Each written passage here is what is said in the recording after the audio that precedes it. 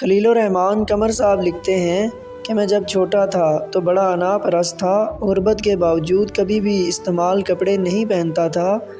ایک بار میرے ابا کو کپڑے کا سوٹ گفٹ ملا تو میں نے ان سے کہا مجھے کوٹ سلوانا ہے، تو ابا جی نے اجازت دے دی اور ہاف سوٹ سے میں نے گول گلے والا کوٹ سلوا لیا، جس کا ان دنوں بڑا رواج تھا۔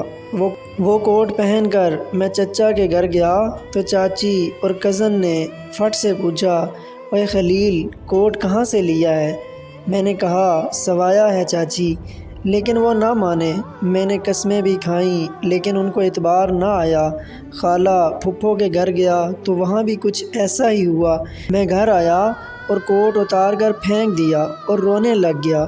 حالات کچھ ایسے تھے کہ کوئی بھی ماننے کو تیار ہی نہیں تھا کہ خلیل بھی نیا کوٹ سلوا سکتا ہے۔ پڑھنے لکھنے اور جاب کے بعد جب میں ایک بینک کے بورڈ آف ڈائریکٹر کا ممبر بنا تو بورڈ آف ڈائریکٹرز کی ایک میٹنگ میں اچھے سے ڈرائی کلین کیا ہوا لنڈے کا کوٹ پہن کر گیا تو میرے کولیگز کوٹ کو ہاتھ لگا کر پوچھنے لگے، خلیل صاحب بڑا پیارا کوٹ ہے، کون سا برانڈ ہے اور کہاں سے لیا ہے؟ اسٹیچنگ بھی کمال کی ہے۔ میں نے بنا کوئی شرم محسوس کرتے ہوئے کہا بھائی جان لنڈے سے لیا ہے، لیکن وہ نہ مانے۔ میں نے قسمیں بھی کھائیں پھر بھی ان کو اعتبار نہ آیا اور اب کی بار میں رونے کے بجائے ہنسنے لگ گیا تھا۔